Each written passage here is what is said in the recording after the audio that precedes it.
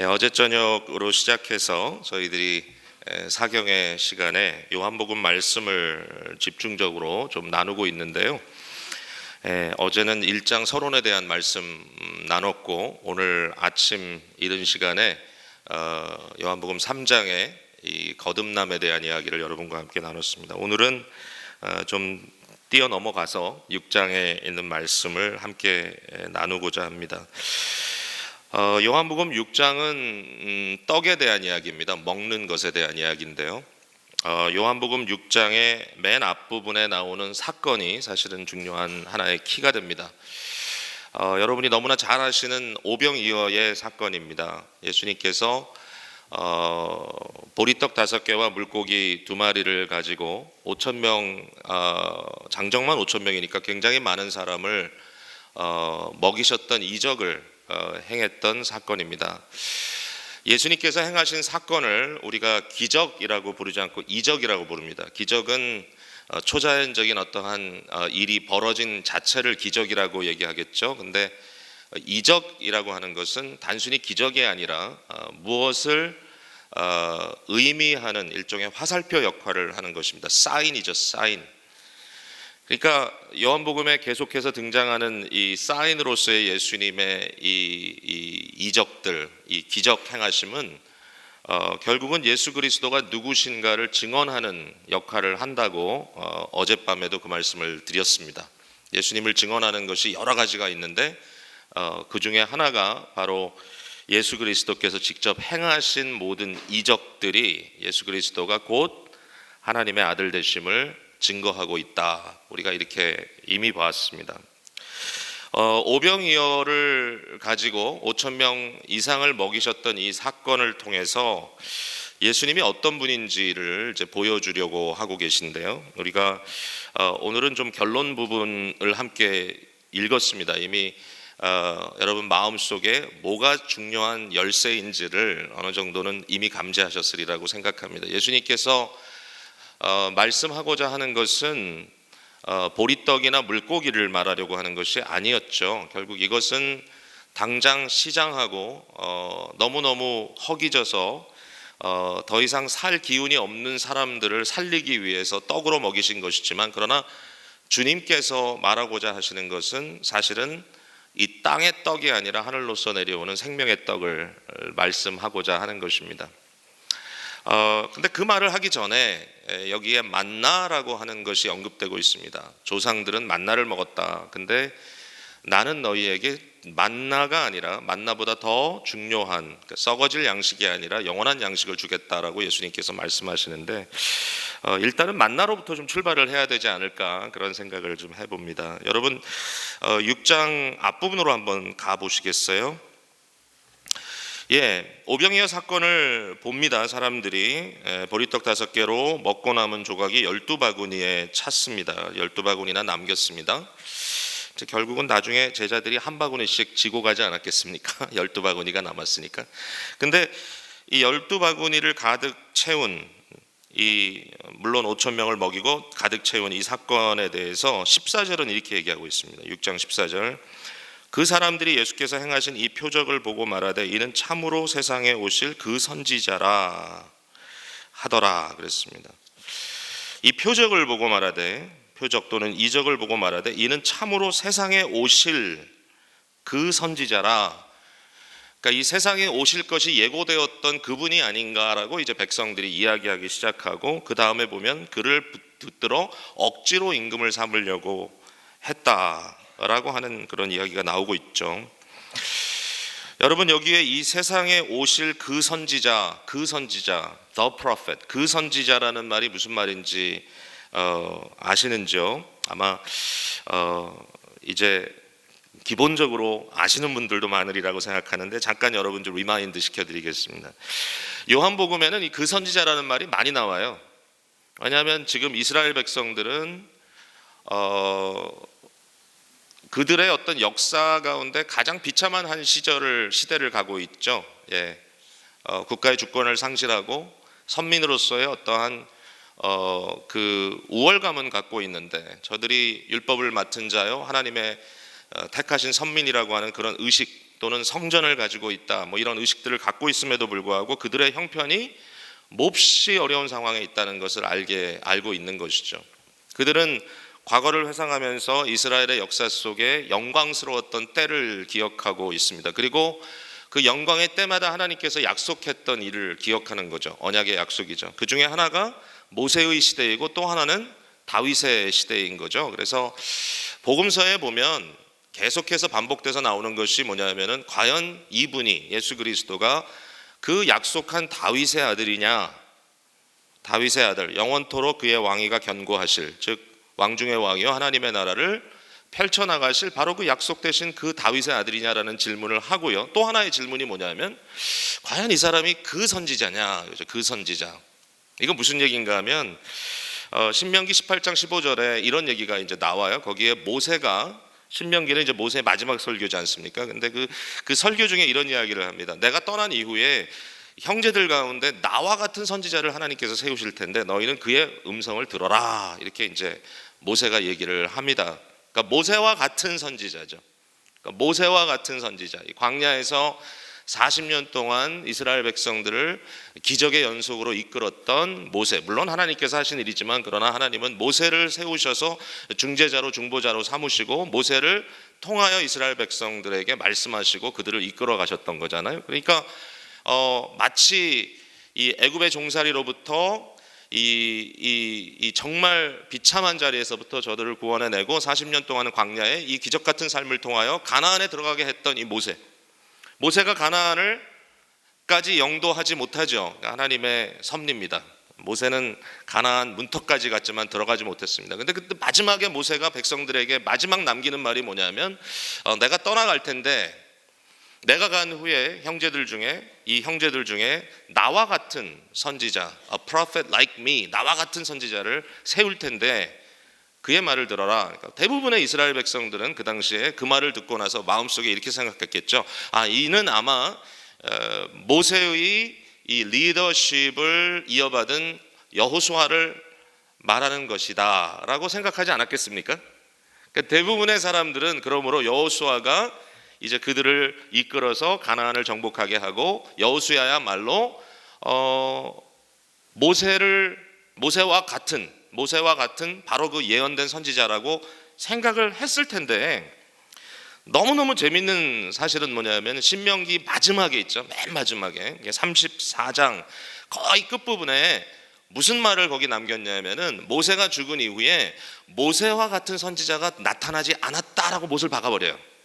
근데 그 말이 언제 나오냐면 여호수아가 모세의 뒤를 이어 리더가 됐다는 사실을 확인한 이후에 그 다음에 나오는 말이 뭐냐면 그러나 이스라엘의 모세와 같은 선지자가 다시 오지 않았다. 그러니까 여운을 남기는 거죠. 그러니까 신명기는 모세가 말했던 이 그 선지자에 대한 예언에 대한 여운을 남김으로 끝이 나는 거죠. 그러니까 결국은 이스라엘이 힘들고 어려운 시절마다 그러니까 유다 백성들이 결국은 밑바닥까지 떨어지는 그 순간마다 끊임없이 그들의 마음속에 일어나는 질문은 뭐냐면은 모세와 같은 영도자가 또 언제 나타날 것인가. 그러니까 하나님이 약속하셨으니까 그 약속은 반드시 이루어질 것이라고 하는 어떤 기대감을 갖고 있는데 과연 그 선지자 The Prophet 그분이 과연 누구냐? 라고 하는 질문을 하고 있었다는 거죠. 근데 이스라엘 백성들이 이 유대인들이 오병이어를 가지고 5천 명을 넘게 먹이신 이 놀라운 이적을 보고 나서 그들이 하는 말이 바로 이분이 그 선지자가 아니냐 이렇게 얘기를 하는 겁니다. 그 이유가 뭐죠? 모세가 이스라엘 백성들을 만나로 먹였다고 그들은 생각하고 있기 때문인 것이죠. 이분이야말로 만나와 같은 기적의 양식을 가지고 우리를 먹이실 분이 아니냐. 지금 문제가 있습니까?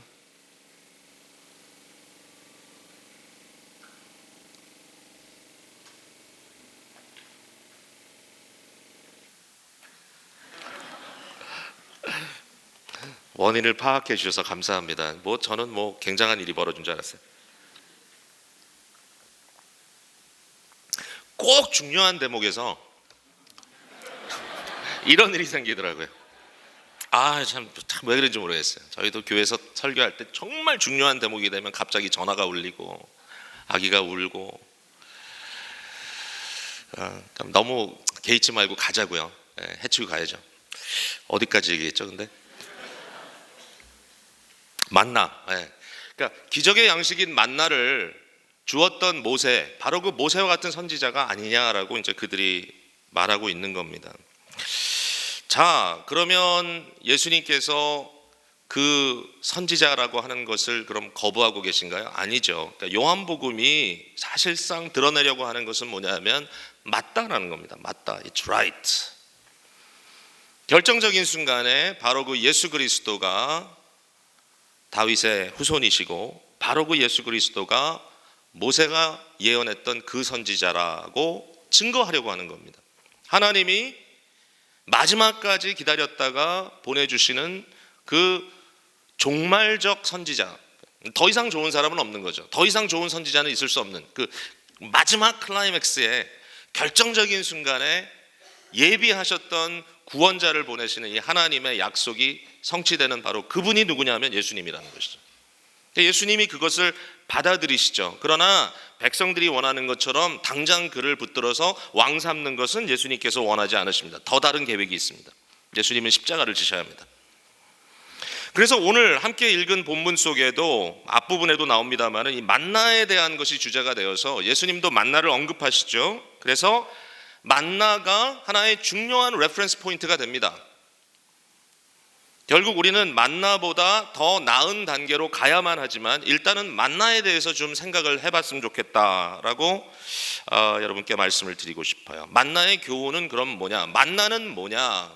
하나님께서 만나를 통하여 말씀하시려고 했던 것은 뭐냐라는 질문을 한번 해보자고요. 왜냐하면 이스라엘 백성들은 또는 이 유대인들은 거기에서 멈추는 겁니다. 예수님께서 이런 말씀을 하시죠. 네가 나를 따르는 것은 이 표적을 본 까닭이 아니요 떡을 먹고 배부른 까닭이라고 26절에 말씀을 하시는 겁니다. 저들의 문제는 사실은 이 사람이 그 선지자냐, 과연 이분이 한 것이 표적이냐, 이러한 관심보다는 당장 배고플 때 먹을 것을 줬다는데 더 관심을 집중하고 있고, 그러면 그분이야말로 우리가 배고플 때마다 양식을 줄 수 있는 분이 아니냐라고 하는 지극히 육체적인, 육신적인 관심 속에서 예수님을 보고 있다라는 것입니다. 그러므로 결국 같은 만나에 대한 이야기를 하더라도 예수님의 관점에서 만나는 과연 무엇인가를 우리가 생각해 봐야 되겠죠. 여러분, 만나는 과연 어떤 떡입니까? 신명기 8장 2절 3절에 이렇게 모세가 이야기합니다. 만나를 네게 먹이신 것은 사람이 떡으로만 사는 것이 아니요 여호와의 입에서 나오는 모든 말씀으로 사는 줄을 네가 알게 하려 하심이니라. 이게 모세의 말입니다. 예수님께서 마귀에게 시험을 받으실 때 하셨던 말씀이죠. 마귀가 돌로 떡을 만들어 먹으라 하시니까 예수님께서 하시는 단호한 말씀은 뭐죠? 아무거나 배고프다고 먹는 게 아니다. 사람이 떡으로만 살 것이 아니라 하나님의 입에서 나오는 말씀으로 사는 것이다 라고 그 유혹을 뿌리치셨죠. 그러니까 만나라고 하는 것은 물론 육체적인 양식이었음이 분명합니다. 이스라엘 백성들이 40년 동안 광야에서 매일 만나를 먹고 살았지만, 그러나 만나의 궁극적인 의미는 먹고 배부른 떡의 의미가 아니라 그것보다 훨씬 더 중요한 중심부에 있는 하나님의 말씀에 있었다라는 거죠. 하나님의 말씀. 여러분, 말씀이 너무 중요하다고 첫날부터 얘기했습니다. 말씀이 육신이 되어 우리 가운데 거했는데 그 말씀은 어떤 말씀이냐? 여러분, 어제 말씀드렸죠. 사람의 말과 하나님의 말은 본질적으로 다르다. 사람의 말은 현실과 말에는 괴리가 있지만, 그러므로 사람의 말은 믿을 수 없는, 신빙성이 없는 부분이 있을 수밖에 없죠. 인간의 도덕적인 결함 때문에도 그렇고 인간의 한계성 때문에 그렇습니다. 내가 진실된 마음으로 했다 할지라도 그것이 이루어지지 않을 가능성이 얼마든지 있죠. 그러나 하나님의 말씀은 그렇지 않다라고 말씀드렸어요. 하나님의 말씀은 그 자체가 진리고 그 자체가 사실이다, 현실이다. 왜냐하면 하나님의 말씀은 반드시 이루어진다. 창조의 그 스토리 속에 나오는 하나님의 선포, 하나님의 말씀은 어떤 말씀인가 하면 충분히 믿을 수 있는 말씀입니다. 빛이 있으라 있었다. 위의 물과 아래 물이 갈라져라 그대로 되었다. 물 가운데 묻이 드러나라 그대로 되었다. 하나님 보시기에 좋았더라. 말씀 선포, 그 말씀의 현실화, 그 말씀의 선하심, 하나님의 능력과 하나님의 성품이 그대로 드러나고 있는 하나님의 말씀. 그러니까 만나는 뭐냐 하면은 먹고 끝나는 떡이 아니라 만나는 하나님의 말씀이었다는 거죠. 그 말씀이 뭐죠? 매일매일마다 일용할 양식을 주겠다고 하는 약속인 거죠. 이게 중요한 겁니다. 만나는 약속입니다. 약속. 만나는 미리 걷어놓을 수가 없습니다. 만나는 미리 쌓아놓을 수가 없습니다. 만나라고 하는 것을 생각할 때 우리는 어리석은 부자가 될 수가 없습니다. 내가 여러 해 동안 먹을 것을 쌓아놓았으니 영혼에게 스스로 얘기합니다. 이제는 좀 편하게 쉬자. 이게 아닙니다. 만나는 절대로 그런 것이 아닙니다. 만나는 먹고 마시고 배부른 데서 끝나는 것이 아니라 그날 하루가 지나면 그 다음날 아침에 또 하나님께서 그의 말씀의 신실하심에 따라 반드시 주실 양식을 의미하는 것이죠. 만나는 믿음으로 받는 것입니다. 이스라엘 백성들 배우는데 좀 시간이 걸렸죠. 하나님께서 말씀하십니다. 내가 아침 이슬에 내림과 함께 너희에게 아침마다 만나를 주겠다. 그날 가서 너희 가족이 먹을 것을 거둬라. 절대로 그 다음날 먹을 것을 거두지 마라. 그러나 이스라엘 백성들은 나가서 거둘 때 욕심을 내서 그 다음 먹을 것까지 거둡니다. 왜냐하면 빈 항아리를 가지고 밤에 잠자리에 들어간다는 것은 너무나 불안한 일입니다. 내일 아침에 먹을 것은 좀 남겨놔야 되지 않겠는가. 더 많이 거뒀습니다. 그러나 그 다음에 항아리 뚜껑을 열어보니까 먹을 수 없게 상해버렸습니다. 하루 먹을 양식입니다. 반면에 하나님께서 이렇게 말씀하셨습니다. 안식일이 될 때는 너희가 그 전날 이틀분을 거둬라. 이스라엘 백성들이 꼭 하는 짓이 있죠. 청개구리 거꾸로 합니다. 그래서 그날 두 번 먹을 걸, 이틀 먹을 걸 거두지 않고 그 다음날 또 거두러 나갑니다. 어떻게 됐죠? 없었습니다. 하나님의 말씀대로 된 것이 바로 만나입니다. 만나를 통하여 하나님께서 백성들에게 가르쳐 주시는 것은 하나님을 신뢰하는 방법입니다.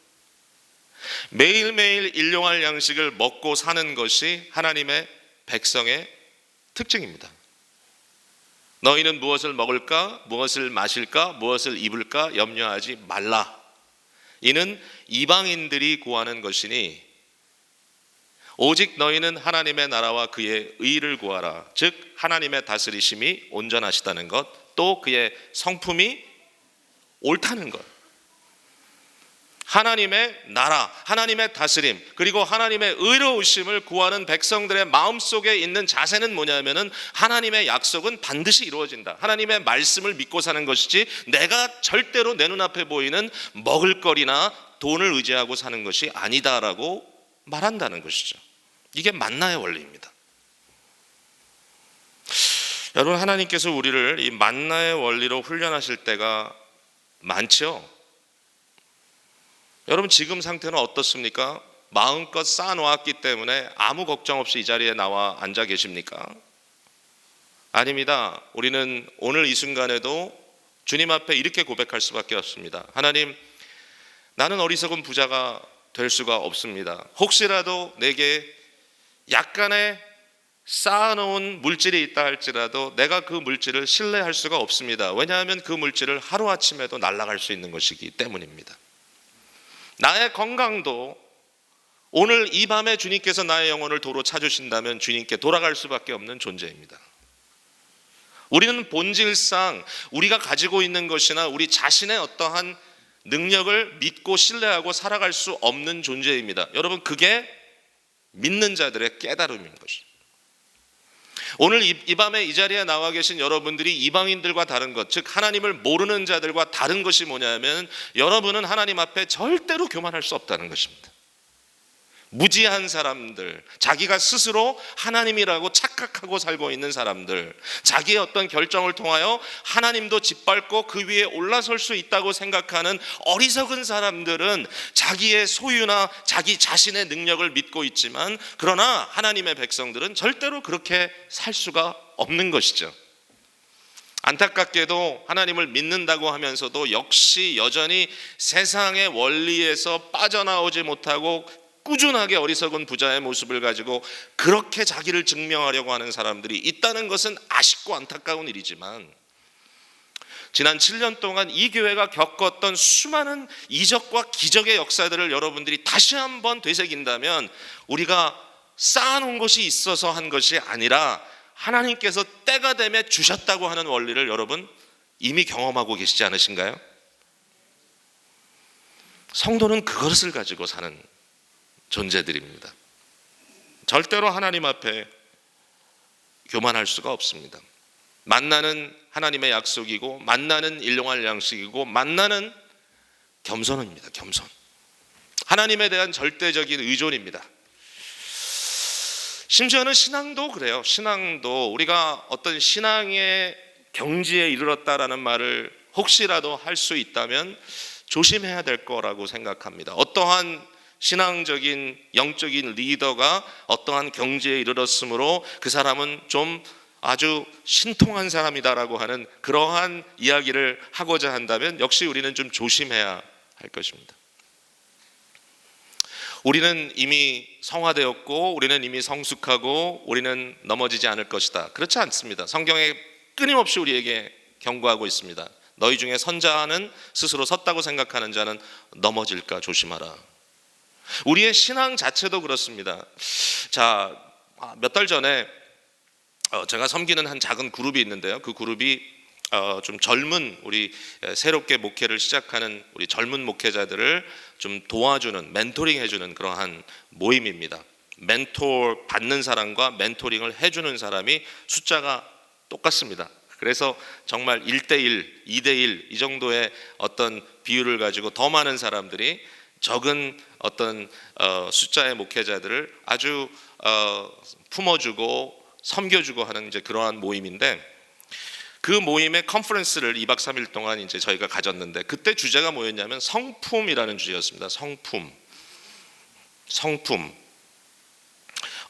첫 번째 주제는 소명이라는 주제로 했고요. 벌써 이제 한 6개월 전에, 얼마 전에 우리가 성품이라는 주제를 가지고 목회자의 성품에 대해서 이야기를 하기 시작했는데 참 어려웠어요. 이것이 과연 목회자에게 필요한 성품은 뭐냐, 목회자는 어떠한 성품을 지녀야 하느냐. 물론 그것은 성격을 얘기하는 게 아니고요, 성령님의 은혜로 말미암아 목회자의 삶 속에 형성되는 어떤 그리스도의 형상이겠죠. 그런 성품, 이 성품에 대한 이야기를 하는데, 결국 우리가 하나님의 성품, 그리스도의 성품을 닮아가야 된다라고 이야기를 하는데, 과연 어떻게 우리가 이 성품을 가질 수 있느냐라는 고민을 한 겁니다. N.T. 라이트라고 하는 요새 아주 잘 나가는 복음주의 신학자가 있습니다. 그분이 뭐 조금 진보적인 복음주의긴 합니다만은, 그분이 After You Believe라고 하는 책을 썼어요. 성품에 대한 것입니다. 그리스도인의 성품. 그러면서 그가 하는 말이, 그리스도인들은 반드시 성품의 영역에서 습득해야 될 것이 있다라고 얘기하는 거죠. 그리스도인들이 그리스도인으로서의 어떤 온전한 성품을 갖춘다고 하는 것은 수없이 반복되는 연습을 통하여 얻어내는 결과라고 그가 이야기를 합니다. 그리스도인의 성품은 second nature, 1차적인 네이처는 우리의 본성일 것이고, 세컨드 네이처는 답습해서 배워서 나의 것으로 만든 그러한 습관이겠죠. 이 세컨드 네이처 같이 우리에게 있어야 된다고 그가 이야기하면서 이렇게 얘기합니다. 그리스도인의 그리스도인다운 성품은 마치 새로운 악기를 배우는 것처럼, 그렇죠? 우리가 피아노를 배우려면 끊임없이 연습해서 어느 경지에 올라갔을 때 피아니스트가 되겠죠.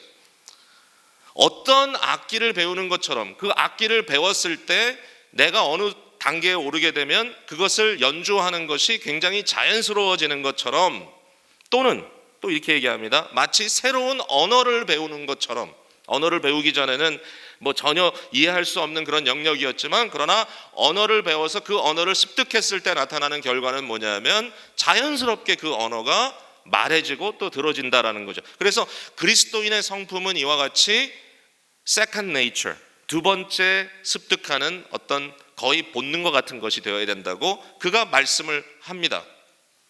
이렇게 말하는 분이 그분만은 아니겠죠. 상당히 여러분들이 우리가 경건을 연습해야 되고 경건의 연습을 통하여 어떤 경지에 이르러야 된다라고 이야기를 하고 있는 거죠.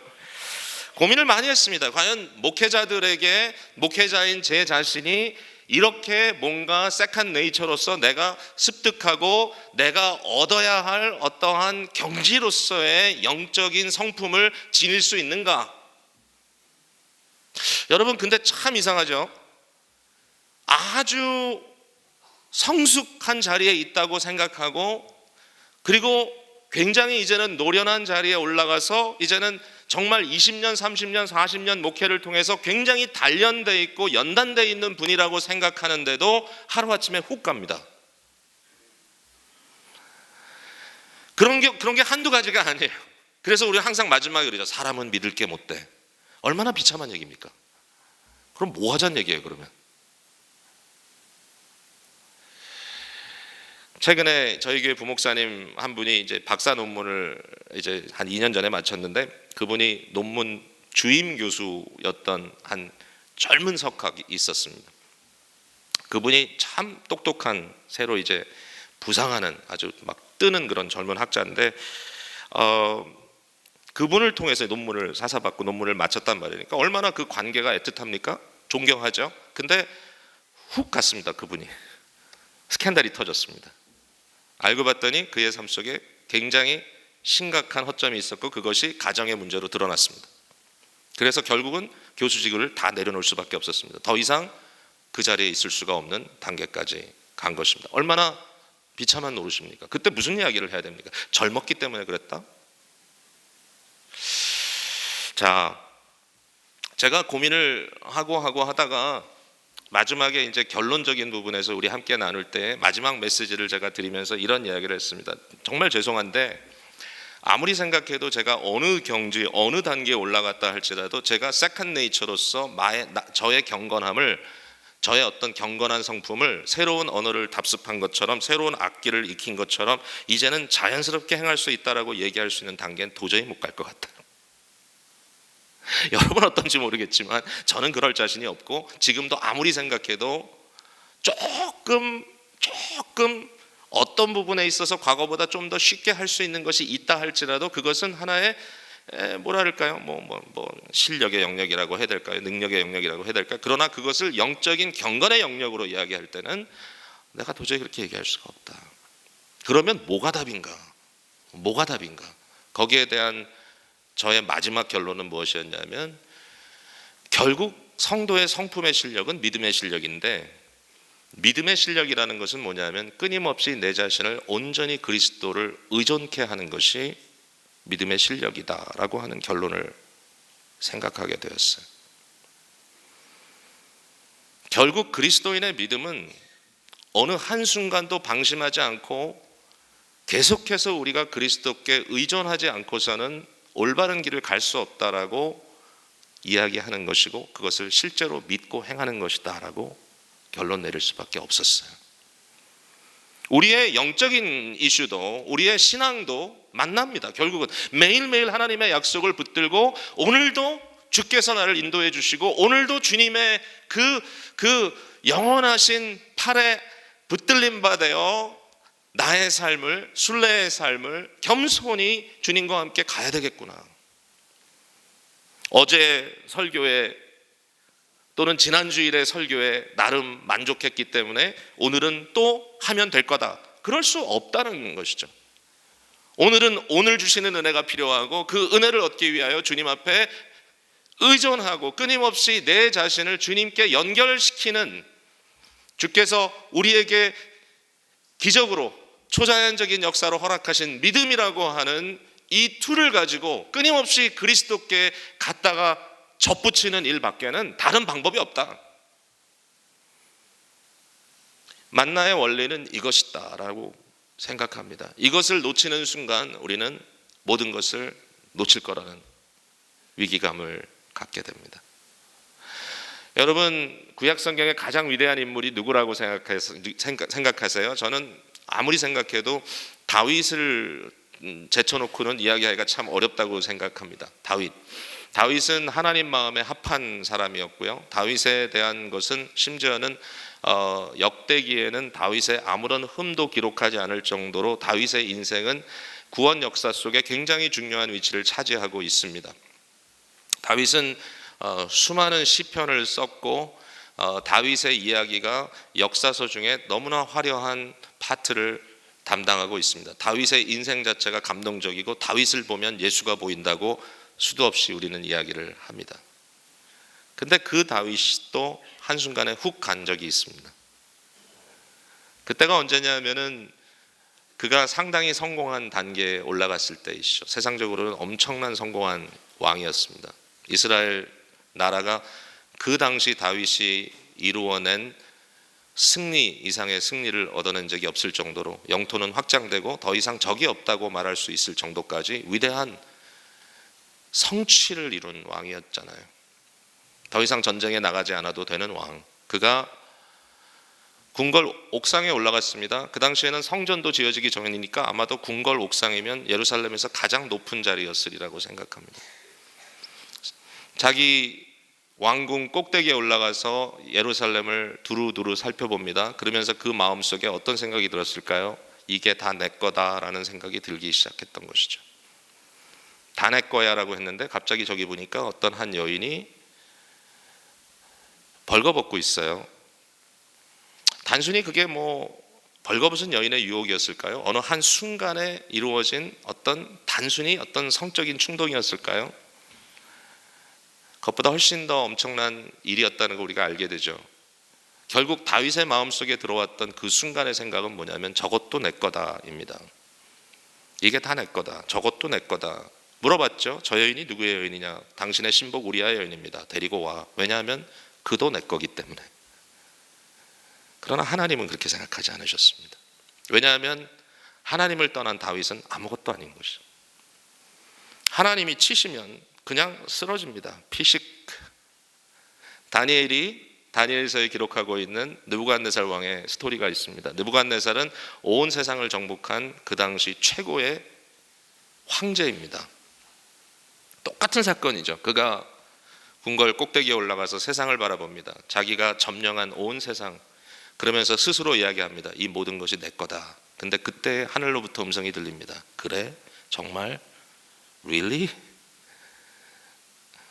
느부갓네살을 하나님께서 정말 한 손가락으로 툭 치시니까 느부갓네살은 수년 동안 미치광이로 들짐승처럼 살 수밖에 없는 존재가 되었습니다. 이런 비유로 이야기했죠. 엄청나게 큰 거대한 나무가 있고 거대한 나무 밑에 수많은 짐승들이 와서 깃들고 있는데 그게 바로 느부갓네살 왕이다. 그러나 하늘에서부터 음성이 들리기를 잘라라. 싹 베어버리니까 퉁 쓰러지고 나서 그 나무는 더 이상 그 자리에 있지 않았습니다. 오직 하나님께서 다시 싹이 나게 할 때까지 아무것도 아닙니다. 여러분, 이게 협박입니까? 여러분, 어린아이들부터 이 교회에서 기독교 학교를 통하여 가르치는 것은 기독교 세계관입니다. 기독교 유실론 사상입니다. 이것은 인생의 철학이고 세상을 바라보는 렌즈입니다. 그 중에 제일 중요한 게 뭔지 압니까? God made you. 너는 하나님이 창조했어. 하나님이 창조한 것을 끊임없이 우리는 가르쳐야 됩니다. 너는 하나님이 창조했어. 네가 만든 게 아니야. 엄마 아빠가 만든 게 아니야. 너는 하나님이 창조했어. 하나님이 창조한 너는 반드시 창조주, 조물주이신 하나님께 의존하는 관계 속에 들어가서 사는 것이 유일한 삶의 방법이야.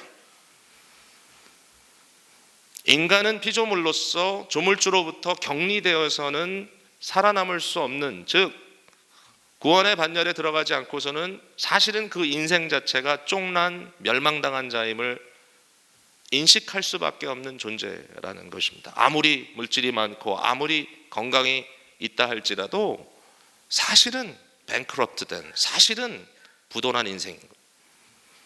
하나님께 연결되어 있지 않은 인생은 망한 인생이라고 하는 것이 분명한 가르침이잖아요.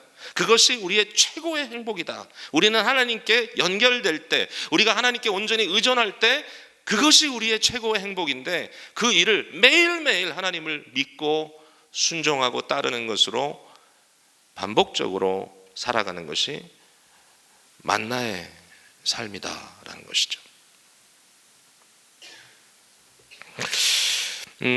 저는 제 자신에 대해서 뭐 그렇게 엄청나게 자신감이 있는 사람은 아닌데도 불구하고 나름 좀 교만했던 것 같아요. 지금도 교만하다고 여전히 얘기하는 분들이 계신데 그건 뭐 하나님만 아시겠죠.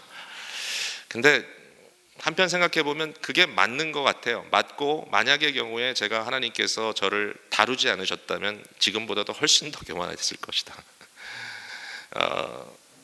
전혀 상상치 않았는데 이제 많은 분들이 이런 이 정신적인 그러한 불안감이나 뭐 일종의 공황 같은 그런 것을 경험하는 분들이 많이 계시잖아요. 저도 어떤 단계에 목회자로서 나름대로 굉장히 익사이팅하게, 굉장히 참 제 스스로 생각할 때도 참 어떻게 이렇게 이런 일들이 이루어질 수 있을까, 굉장히 익사이팅한 그런 상황 속에서 저는 전혀 느끼지 못했고 어떤 뭐 스트레스라든지 부담 같은 거를 느끼지 않았다고 생각했는데, 심각한 이 감정 질환 같은 정신적인 불안감이 찾아오기 시작했어요. 와, 제가 그때 이제 사람들을 좀 이해하게 된 것 같아요. 그 전에는 뭐 우울증 걸렸다 그러면 제가 그냥 툭 치면서 그랬어요. 그냥 야 빨리 치고 일어나. 전혀 마음속에 어떤 그 애틋한 뭐 불쌍의 그런 마음 전혀 없었어요. 왜냐하면 뭐 사람이 오죽 부족하면 우울하다는 감정 하나 때문에 저렇게 처박혀 있을까. 툭 다 털고 일어나면 되지. 그냥 정신 차려. 그 한마디면 되지. 근데 깨닫게 됐어요. 아무것도 할 수 없다는 것을. 이런 거구나. 이런 깊고 깊은 터널이구나. 정말 힘들더라고요, 그 당시는. 근데 뭐 그런 경우에 이제 약물을 사용하시는 분도 계시고 뭐 호르몬 테라피도 하고 그런 이야기를 제가 들었습니다만은, 저도 상담도 하고 또 의사도 찾아가 보고 이야기도 나누고 했는데, 뭐 사실 목사인데 좀 부끄럽기도 하고, 그러면서 제가 믿고 제 나름대로 그동안에 생각했던 하나님에 대한 것, 하나님과 나와의 관계, 이런 어떤 기독교 유실론 사상에 기초한 생각들을 머릿속에 다시 정리하기 시작하면서 그런 여력을 주시더라고요. 인터넷을 막 찾아보니까 이런 게 있더라고요. 로고 테라피라는 게 있더라고요. 여러 가지 해결 방법 중에 스스로를 설득하는 로고 테라피가 있다. 그러니까 로고스 하나님 말씀이잖아요. 그래서 말씀에 전적으로 의지해보자. 뭐 모든 게 다 그렇게 쉽다는 얘기는 잘 아닙니다. 물론 이 자체가 쉬운 건 아니지만, 어느 순간에 제 마음속에 하나님이 어떤 분인가, 나는 어떤 존재인가, 거기에 대한 정립이 되기 시작했습니다. 그 중에 하나가 뭐냐면, 나는 하나님이 툭 치면 그대로 쓰러지는 존재이구나. 아무것도 할 수 없다. 내가 무엇을 할 수 있다면 그것은 하나님께서 하게 하시기 때문이다. 좀 전에도 그렇게 기도했어요. 제가 오늘 오다가 트래픽에 막혀가지고 좀 늦게 왔어요. 근데 막 아직도 가슴이 막 뛰어요. 늦으면 어떡하지. 그래서 이제 왔는데 또 엘리베이터 기다리는 분들이 많아가지고 막 뛰어 올라왔어요. 걸어서 올라왔어요. 4층까지. 앞에 딱 왔는데 숨도 좀 가쁘고, 근데 그 순간에 잊지 않는 하나의 기도가 있습니다. 하나님, 오늘도 하나님께서 어떻게 쓰시든지 쓰시지 않으면 저는 아무것도 할 수 없습니다. 왜냐하면 그게 배운 거예요. 깨닫게 됐어요. 아무것도 할 수 없다는 걸. 아무것도 할 수 없다. 그러니까 그때 제가 심지어는 밤에 잠이 들기도 어렵고요. 잠이 드는 것도 힘들고, 그 다음에 아침에 일어나서 하루를 생각하면 기가 막혀요. 오늘은 어떻게 살지? 근데 그때 이런 기도를 했습니다. 하나님 나의 반석이시고, 하나님 나의 산성이시고, 하나님은 나의 요새시고, 내가 피할 바위시고, 나는 또 하나의 그냥 정말 종이장처럼 바람에 휘날리고 있지만, 그러나 내가 하나님 바위 되신 분께 딱 붙어만 있다면, 나의 존재가 하나님께 온전히 의존되어 있다면 나도 오늘 살 수 있겠구나. 하나님의 실제, 하나님의 현실 되심, 가장 궁극적인 현실이신 하나님, the true reality, the real reality, 가장 현실이신 하나님, 모든 현실의 기초이시고 그 모든 현실의 주관자이신 하나님, 하나님의 현실, 하나님의 온전하신 바위 되심, 하나님의 산성 되심, 하나님의 굳건한 반석 되심에 나의 인생이 붙어 있다면 오늘도 살겠습니다. 오늘도 살겠습니다. 어느 때부턴가 이런 이야기를 합니다. Today is my best day. 오늘이 나의 최고의 날이야. 하루를 시작하면서. 왜? 또 오늘에 주시는 새로운 은혜를 경험하게 될 것이기 때문에. 그게 만납니다. 정말 하나님께서 은혜 주시지 않으면 우리가 어떻게 살까요?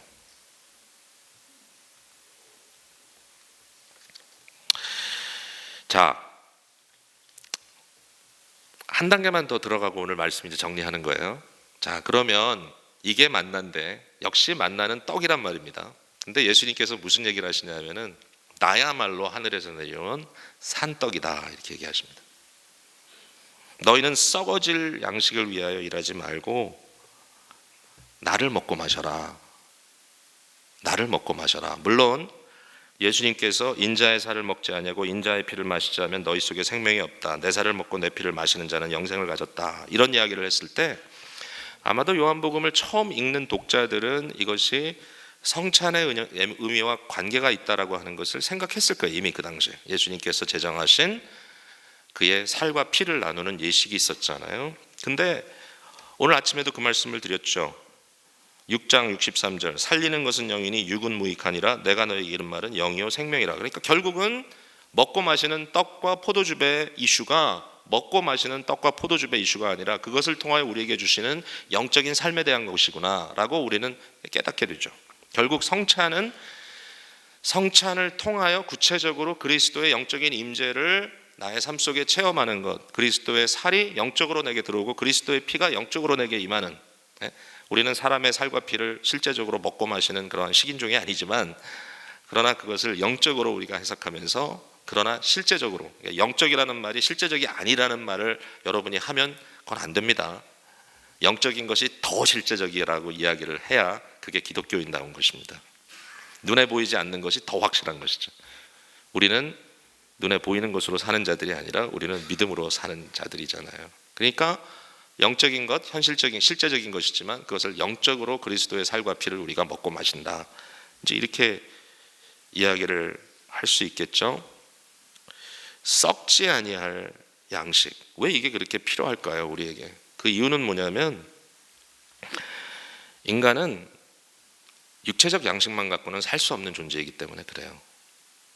근데 여기 굉장히 중요한 게 있어요. 어떤 분은 그렇게 얘기를 하면 그건 좀 굉장히 고상한 얘기다. 제가요 들을 때마다 굉장히 기분 나쁜 게 뭐냐면 정치인들이 나와가지고 맨날 말할 때 먹고 사는 게 제일 중요한 문제입니다. 지금 제일 시급한 문제는 먹고 사는 문제입니다. 적어도 정치인 정도 되면 좀 비전 제시하고 어떤 좀 국민들의 어떤 스피릿을 어떤 그 생각과 어떤 사고와 사상을 움직여갈 수 있는 그 정도의 어떤 리더십이 있어야 되는데 계속해서 먹고 사는 문제, 결국은 그것 때문에 다 망한다 뭐 이런 식으로 자꾸 이야기를 하니까 저는 좀 짜증나더라고요. 여러분 우리가 정말 그래요? 인간으로서 짐승도 아니고 기계도 아닌 인간, 프란시스 셰이퍼가 얘기한 대로 인간은 인간다움이 있다. 인간은 짐승이 아니다. 인간은 본능으로 사는 짐승이 아니고 인간은 프로그램되어 있는 대로 그대로 갈 수밖에 없는 기계도 아니다. 인간은 인간다움이 있다. Manishness of man. 인간의 맨다움. 끊임없이 그것이 기독교 유실론 사상입니다. 인간은 하나님의 형상으로 지음받았기 때문에 인간으로서의 인간다움이 있다. 그것은 하나님의 형상으로서의 인간이고 아무리 먹을 것이 없고 아무리 인생이 다급하다 할지라도 인간이기 때문에 하는 것이 있다. 인간이기 때문에. 인간은 떡으로만 사는 게 아니에요.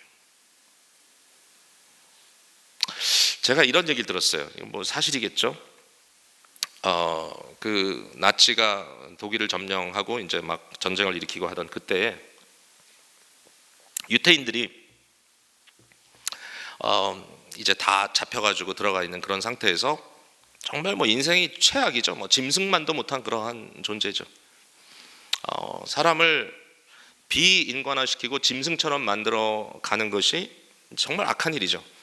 근데 그렇게 했습니다. 인간이 아닌 것처럼 너는 인간이 아니야. 인간 취급을 안 해주니까요. 그럼 나중엔 올바른 사상과 올바른 생각을 갖지 못한 사람은 그런 상태가 되면 나는 인간이 아니야. 나는 인간이 아니고 짐승처럼 살 거야 라고 살지도 몰라요. 근데 그때에 각 사람에게 아침마다 물 한 컵과 빵 하나를 줬답니다. 그러면 그것을 먹고 마셔버리는 사람이 있었대요. 실제로 빵을 먹고 물을 마시고 그것으로 오늘 나를 하루 살아야지. 근데 일부 사람들은 보니까 빵을 먹고 물을 마시고 꼭 물을 남겨가지고 자기 얼굴을 매일 씻더랍니다. 그 얘기를 저는 듣고 굉장히 마음에 감동이 오더라고요. 왜? 그렇기 때문에 인간인 것이라는 거죠. 자기의 존엄이 있는 거예요. 인간은 그런 존재라는 것이죠. 예수님께서 너희는 썩을 양식을 구하지 말고 하늘로부터 내려오는 영원한 양식, 영생하는 양식을 구하라는 말이 그러므로 마치 어느 정도 먹을만 하니까 문화생활을 하며 종교생활을 조금 더 고상하게 누리는 것이냐라고 얘기했을 때 저는 적어도 언어상 그것이 아니라고 생각합니다. 왜 이것을 양식이라고 하느냐? 먹는 것은 베이식이거든요. 육체적인 양식이 베이식인 것처럼 인간이 인간 되기 위하여 가장 베이식이 영적인 양식이라는 겁니다. 이거 없이는 인간으로 살 수 없다. 인간은 먹고 사는 육체적인 문제보다도 더 깊은 영적인 배고픔이 있다는 것입니다.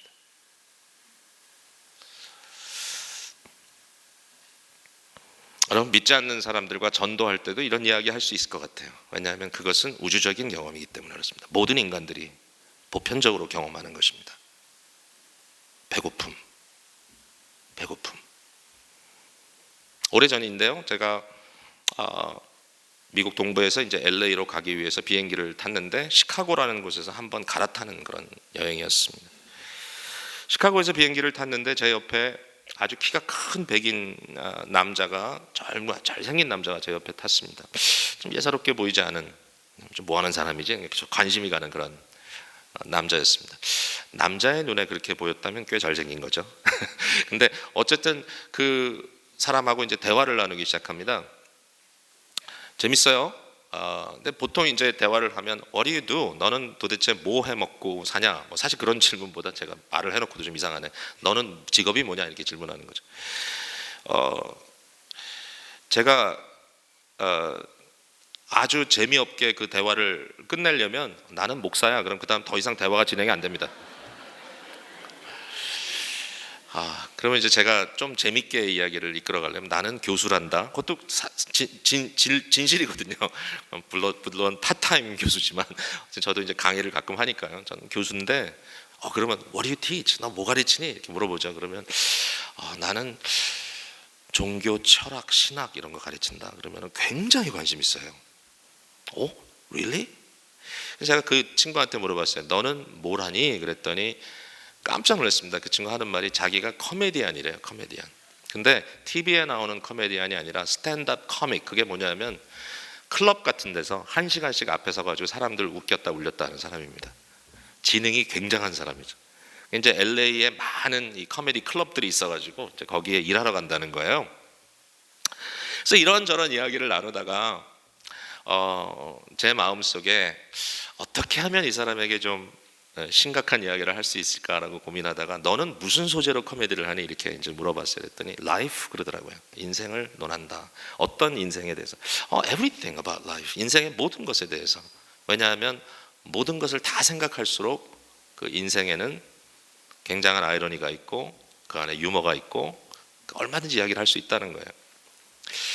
그래서 그래? 근데 내가 최근에 이런 생각을 했는데 너 이 얘기 한번 들어볼래? 그러면서 제가 시편 109편에 나오는 인간의 4가지의 근본적인 딜레마에 대해서 이야기를 하기 시작했어요. 거기 보면 109편에 4가지의 인간의 딜레마가 나오는데요. 그게 뭐냐면 하나는 노동의 허무함입니다. 반복해서 일을 해도 또 일을 하고 헛되고 모든 것이 헛되다는 말을 이제 하듯이 타락한 인간이 저주받은 땅에서 머리에 땀이 나도록 일을 해야 되지만 그러나 일한 만큼 보람을 느낄 수 없는 인간의 모습에 대해서 그리고 있잖아요. 그리고 또 하나의 딜레마는 뭐냐면은 질병과 죽음에 대한 문제이죠. 어느 누구도 피할 수가 없죠. 마지막 세 번째 문제는 뭐냐면 인간이 삶 속에서 만나는 풍랑입니다. 한치 앞을 알지 못하는 우리에게 어떠한 일이 닥칠지 모르고 그런 일이 닥치는 것에 대한 위기감을 항상 느끼면서 살아가는 존재, 그게 우리다. 근데 또 하나 중요한 것, 사실 이게 제일 먼저 나오는 건데, 그게 뭐냐면 인간은 본향을 떠나서 방황하는 존재이고 인간은 영적인 배고픔과 목마름 속에 허덕이는 존재이다라고 하는 것을 이야기합니다. 근데 그 얘기를 쭉 풀어냈어요. 그랬더니 이 잘생긴 백인 코미디언이 저한테 정말 사실이다 그러면서 한참 생각을 하더니, 감수성이 뛰어난 친구죠. 아니면 성령께서 역사하셨든지 눈물을 글썽이더라고요. 예수 믿는 사람 아니었어요. 제가 알았어요. 얘기 다 했거든요. 무신론자입니다. 그러나 그의 마음속에 여전히 동감할 수밖에 없는 인간의 본질적인 모습은 방황과 배고픔입니다. 잘 사는 친구입니다. 그러나 그는 아직도 답을 찾지 못해서 굶주려 있었다는 거죠.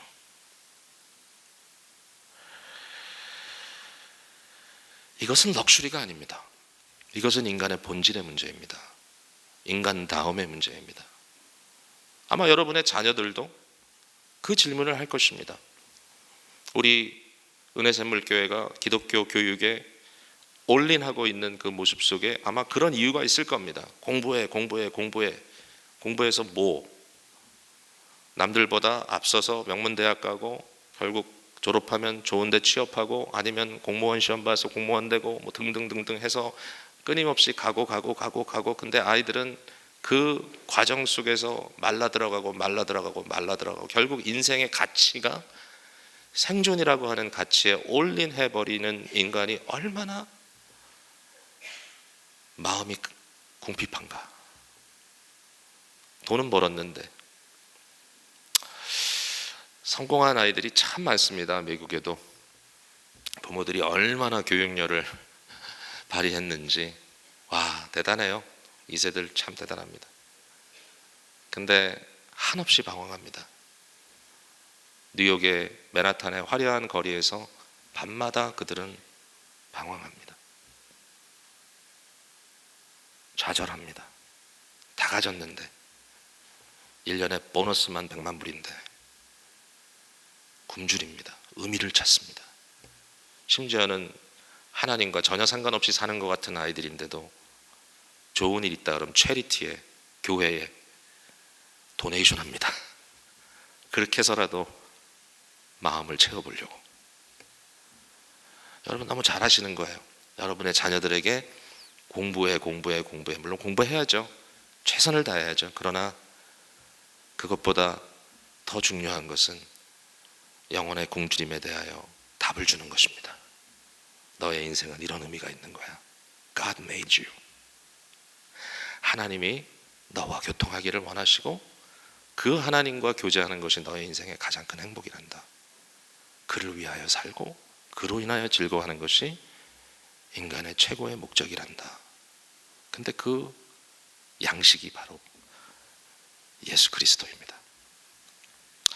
예수 그리스도와 사귀는 것이 믿음입니다. 그리스도 안에 들어가고 그리스도를 먹는다라는 의미가 굉장히 우리에게 의미가 있다라는 생각을 해요. 먹음과 믿음. 예수를 믿는다는 것은 마치 먹는 것과 같다. 예수님을 어떻게 먹느냐.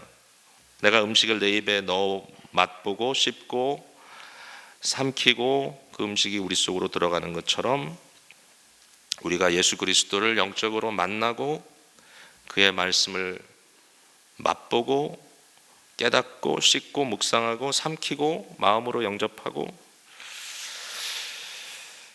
인격적으로 그리스도를 만나는 그 모든 일, 그리스도를 만나는 것은 말씀을 통하여 만나고 그리스도를 만나는 것은 그리스도께서 우리에게 약속하신 대로 성령 하나님을 통하여 만나고 그리스도를 만나는 것은 그리스도의 몸된 교회 공동체의 공동체적 사랑의 실현 속에 만나고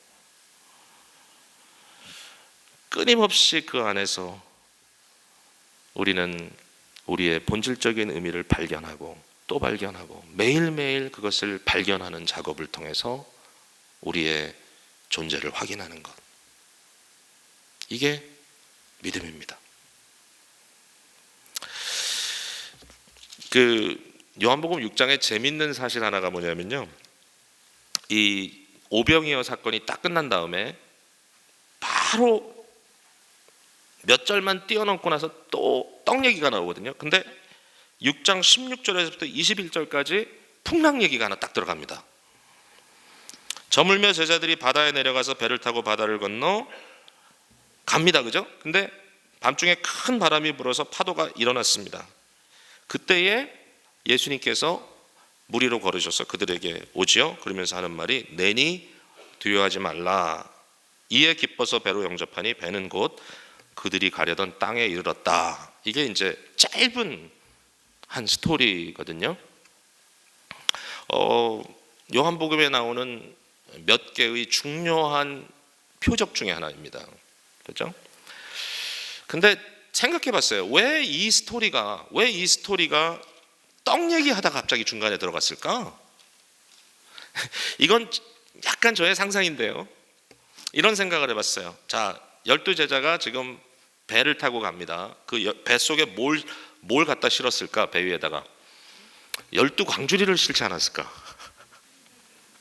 남았으니까 어떻게 했겠어요? 12광주리를 실었는데 제자들 마음속에 야, 사실 가난한 시절 아닙니까? 먹을 것이 항상 문제인데 이제 우리 며칠 동안은 먹고 살겠구나 라고 생각하면서 든든한 마음으로 갔을지 모르겠다라는 그런 상상을 해보는 거예요. 광주리 하나씩 붙들고. 저희 교회 남자 집사님 중에 위대한 집사님이 있어요. 그 위대한 집사님은 뭐 위가 크다 이런 의미만이 아니라 너무 당당하세요. 아주 당당하게 얘기하세요. 자기는 절대로 똑같은 반찬을 반복해서 먹지 않는데요. 그래서 참 위대하다 그래요. 우리가 혹시 이 자리에 그런 분들 계시나요? 사실 생각해 보면 맛이 없겠죠. 뭐 똑같은 오병이어를 며칠 동안 먹는다는 거. 그러나 그 당시에 생존, 먹는 문제가 심각했던 그 당시에는 이것이 얼마나 든든한 일이겠어요. 12광주리, 광주리 하나씩 부둥켜 안고 이제 나는 호수 건너 저편에 가서 며칠 동안 좀 편안하게 살겠구나. 그런데 풍랑을 만나는 겁니다. 그때의 그들에게 필요한 것은 12광주리가 아닙니다. 그들에게 필요한 것은 내니 안심하라. 예수 그리스도이십니다. 오늘 이 밤에 여러분의 인생에 어떠한 풍랑이나 또는 개인적인 위기가 있는지 모르겠고, 여러분의 가정에 어떤 문제가 있고, 또는 심지어는 교회 공동체 여러분의 가정교회 안에 어떤 이슈들이 있는지 제가 다 알지 못합니다. 그러나 그런 이슈가 있기 때문만이 아니라 우리가 인간으로서 인간의 존재의 의미를 아는 만큼 이 밤에 주님, 나는 매일매일 만나의 원리대로 하나님께서 내게 공급하시는 그 은혜를 붙들고 살겠습니다 라고 헌신하실 뿐만 아니라 예수님 한 분만으로 만족합니다 라는 고백이 나올 수 있을까요? 내 마음에 예수님이 아니면 배고픕니다. 예수님이 아니면 무의미합니다. 예수님이 아니면 저희들은 추락합니다. 폭풍에 멸망받습니다. 하나님이 세상을 이처럼 사랑하사 독생자를 주셨으니 이는 그를 먹는 자마다 멸망하지 않고 영생을 누리게 하기 위함이다. 영생은 바로 이분과 영원토록 교제하는 기쁨입니다. 함께 기도할게요.